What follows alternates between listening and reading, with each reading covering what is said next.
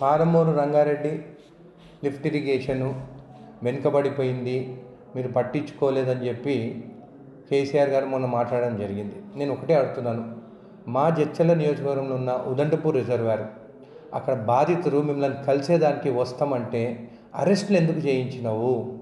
కుర్చీ వేసుకొని కంప్లీట్ చేస్తా అనే ప్రాజెక్టు నార్లాపూర్కి పోయి ఎలక్షన్స్ కన్నా ముందు బటన్ ఒత్తి ఇంకో మొత్తం కంప్లీట్ అయిందని చెప్పినవి మీరే కదా. చెప్పిన తర్వాత ఈరోజు 70% కంప్లీట్ అయింది, ఇంకా 30% కంప్లీట్ కావాలని చెప్పి మళ్ళీ మాట ఎట్లా మార్చినారు? నిజంగా మీకు పాలమూరు రంగారెడ్డి లిఫ్ట్ ఇరిగేషన్ పైన చిత్తశుద్ధి ఉంటే మీరు కాళేశ్వరంకి 2 TMC నుంచి 3 TMC, 1 TMC ఎట్లా పెంచినారు?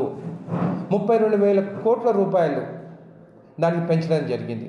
అదే మీరు అక్కడ పెంచకుండా 32,000 కోట్ల రూపాయలు ఇక్కడ ఉదండపూర్ రిజర్వాయర్ కానీ Palamuru Rangareddy lift irrigation amount ఇచ్చి ఉండుంటే ఈ రోజుకి ప్రాజెక్ట్ కంప్లీట్ అవుతుండే. ముందు మీరు ఇక్కడికి వచ్చే ముందు క్షమాపణ చెప్పాలి మా ఉదండపూర్ రిజర్వాయర్ ప్రజలకు, మొత్తం ముంపు గ్రామస్తులకి పాపం రూపాయి కూడా టైంకి ఇవ్వకుండా రోడ్డు మీదకి తీసుకొచ్చిన ఘనత మీ బీఆర్ఎస్ పార్టీకి.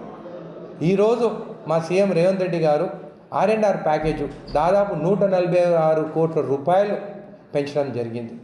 ఎప్పుడైనా కానీ మీరు వాళ్ళతో మాట్లాడి వాళ్ళ బాధలన్నా తెలుసుకున్నారా? అందుకే మీరు సభ పెట్టే ముందు ఉదండపూర్ రిజర్వాయర్ బాధితులకు అందరికీ క్షమాపణ చెప్పి రావాల్సిందని కోరుతున్నాను. మీరు అసలు కాళేశ్వరంకి 1 TMC ఎందుకు పెంచినారు? అసలు ఇప్పటివరకు కూడా 2 TMC ఫుల్ కూడా యూటిలైజ్ కాలేదు. కావాలని చెప్పి కమిషన్ల కోసము మీరు పెంచినారు తప్ప నిజంగా పాలమూరు రంగారెడ్డి లిఫ్ట్ ఇరిగేషన్ కోసం మాత్రం మీరు ఒక్క పని కూడా మీరు చేయలేదని చెప్పి కూడా మీకు తెలియజేస్తున్నాను.